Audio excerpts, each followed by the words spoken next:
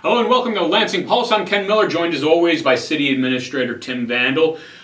We pointed out in videos and even in the city's quarterly magazine that'll be coming out here shortly, shameless plug for that, that commercial development in Lansing is kind of on the upswing, and we've talked about that the last couple of times.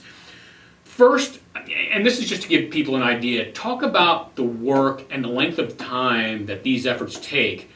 And they're starting to pay off now, but I mean, staff puts a lot of time, overtime into this. You're exactly right. And one of the things that people might not realize is that sometimes projects can take years. And people don't want to hear that, but it's true. Sometimes projects take years.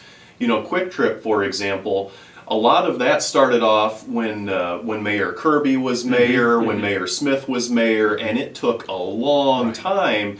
Partially because co-op needed to find a new location and co-op needed to build their facility before they could vacate their other one.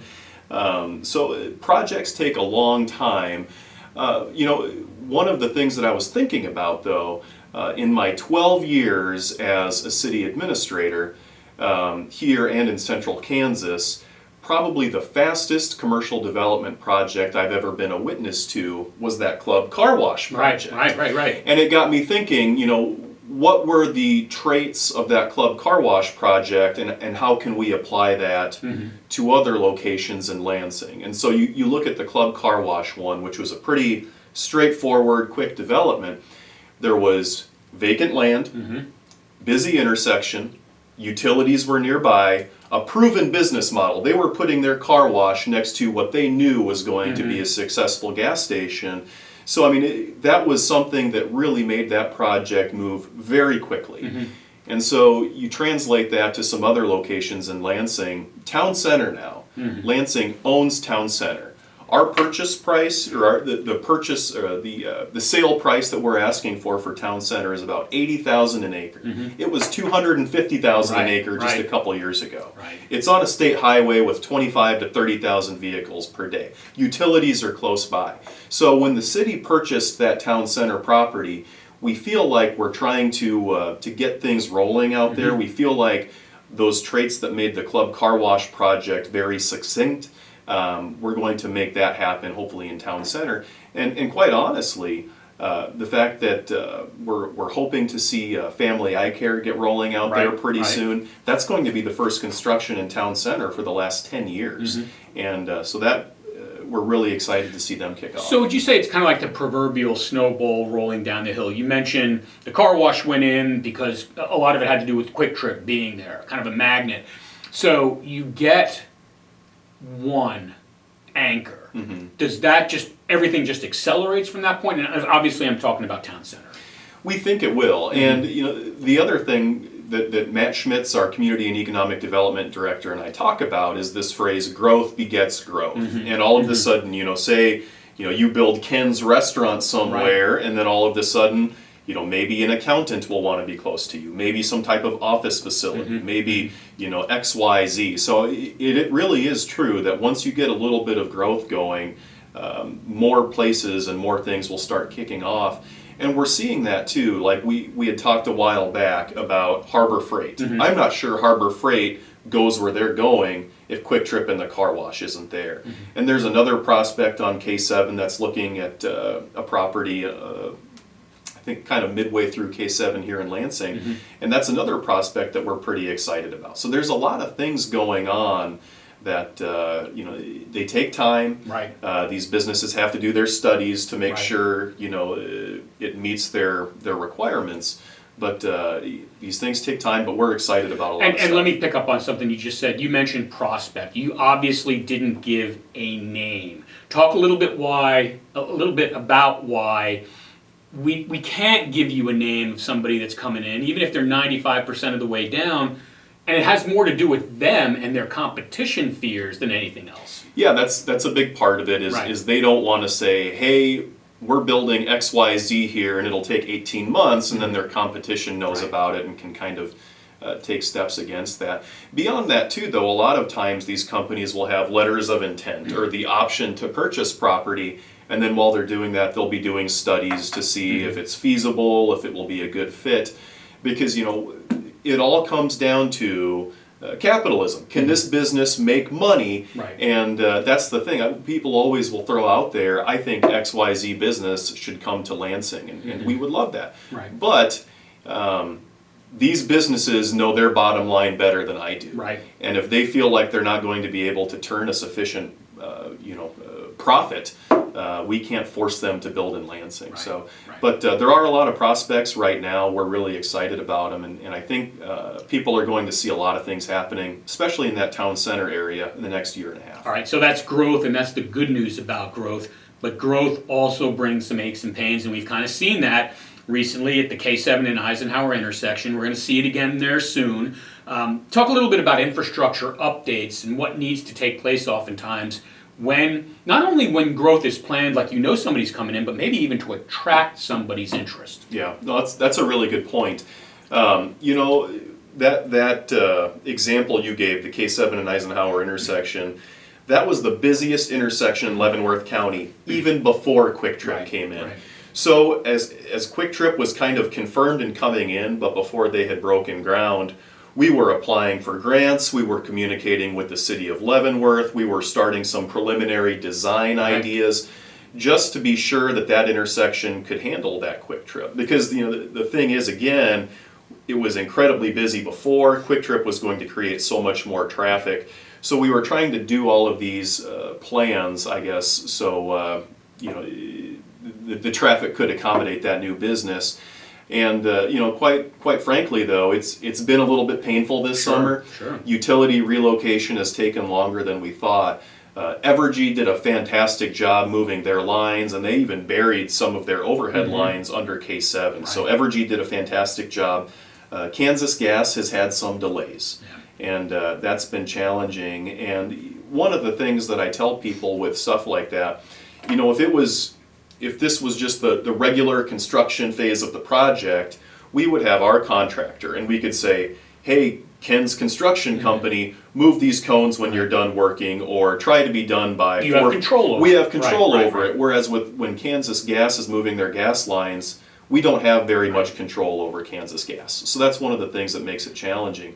But I would tell people too, it's a little bit frustrating right now, but next year it's going to be just as bad, if not worse. So try to use those detours. If you're going to those businesses, try to go there during non-peak hours. And, kind of getting back to that first question too, I had a citizen contact me, and he was pretty steamed about traffic at that intersection. And he had said something to the effect of, why would this business want to be at such a busy intersection? And I had told this person that's precisely the reason why that business wanted to be there. If there's all of that vehicle traffic and all of those people going there right in front of your business, that's good for your business. You don't want to... Some of them might even stop there. Yeah, some of them might even stop there. You don't want to build your gas station or whatever in an area of town where there's hardly any traffic. Right. So again, that project will take a little while, and there's going to be some delays next year. Right. But be patient, and again, use detours if you can. One of the other examples, I think you and I were talking about this offline, Desoto Road, we just made those major improvements to Desoto Road, and I want to say it's 40 miles an hour from Eisenhower all the way to 4H with no stop signs. Right. And so you think about that in relation to K7, which is 40 or 45, but has several stoplights. DeSoto Road might be just as fast as K7 when you take that into consideration. So use detours, try to plan ahead, and try to avoid that area during non-peak hours if you can. All right, we're recording this on November 1st, and before I forget, I wanted to mention a couple of days ago, and it was something that, and I don't have a child that plays on this team. I just have been following this team for the 15 years that I've been here. The Lansing volleyball team, the girls volleyball team, finally got over the hump so many times. We'd finished second, we'd finished third. A couple days ago, they won the 5A state championship. So I know you were following on. I saw you liking it on Facebook and following on Twitter. So just talk a little bit, I guess maybe from the perspective, we're city government here, but this is civic pride. Oh yeah, the city of Lansing, we've got a lot of pride in our school district, and our school district does a fantastic job. And you are right, in the few years since I've been here, our volleyball team has come so close so Right. many times, Right. and it seems like sometimes those private schools would get in the way Right, a little right, bit. right. But we finally got over the hump. Congratulations to those ladies. Congratulations to that coaching staff. Mm-hmm. They do a fantastic job. I know Mayor McNeil is really excited about that. The city council is excited about it. Right. That is something that our entire community can Right. take pride in. So congratulations to those ladies. Perfect timing for that. All right, on to something not quite as good newsy. Unfortunately, for a second year in a row now, the city's had to cancel our annual volunteer dinner. And I think last year, I think it was pretty obvious why we had to do it. And while we're still somewhat struggling with COVID-19, we have decided again to not have the volunteer annual dinner. So how are you going to show, as a city government, how are you going to show appreciation? These people do so much for us, and they continue to, even during the pandemic. Yeah. You know, what we're going to do for all of our volunteers on boards this year, we're going to be getting them a $50 gift certificate to a different Lansing-based restaurant. So hopefully that's something that shows our appreciation to those volunteers, but hopefully it's something that helps out those restaurants Sure. a little bit too, because a lot of them have been impacted by the pandemic as well. You know, you're right though, we just can't do it without our volunteers, and so many of our volunteer boards, they are giving up 1 to 2 hours a week. A lot of times they're in meetings that can be kind of controversial. You know, you think about decisions that the Planning Commission or Board of Zoning Appeals has to take sometimes. You know, you can kind of tick people off with those decisions. Those are challenging boards to be on. Right. And so we're thankful to all of those people. And hopefully this $50 gift card to a Lansing-based restaurant, hopefully that's a token of our appreciation to them so they know how much we appreciate them. But again, the second component of that is to hopefully help out some restaurants Sure. here in Lansing. Yeah, double-sided benefit there. Okay, as I mentioned, we are recording this in early November. It's kind of a gray day today. I've turned on the space heater in my office for the first time this season. Before too long, it's going to be snow and ice, and we know it. We've lived in Kansas for a while now. Talk about the city preparation in terms of equipment, material, and staff. We've gotten some new vehicles over the last 2 years. I know the one big truck, we took videos of it out in front of City Hall. I think it was about a year and a half ago. But anyway, talk about the preparations for winter. Yeah, so we just purchased a significant amount of salt. So I think our salt storage it's either full or will be full very soon. You're right, I think we purchased a pretty big vehicle for snowplow operations back in February or March.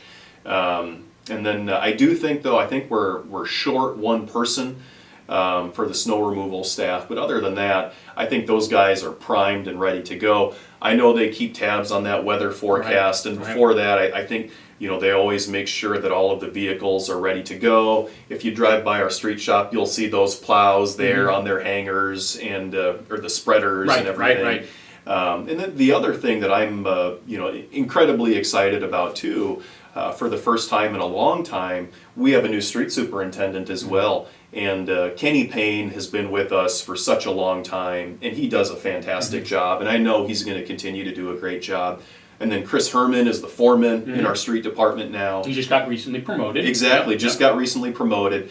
And those guys too, the entire street department, those guys are unsung heroes in Lansing.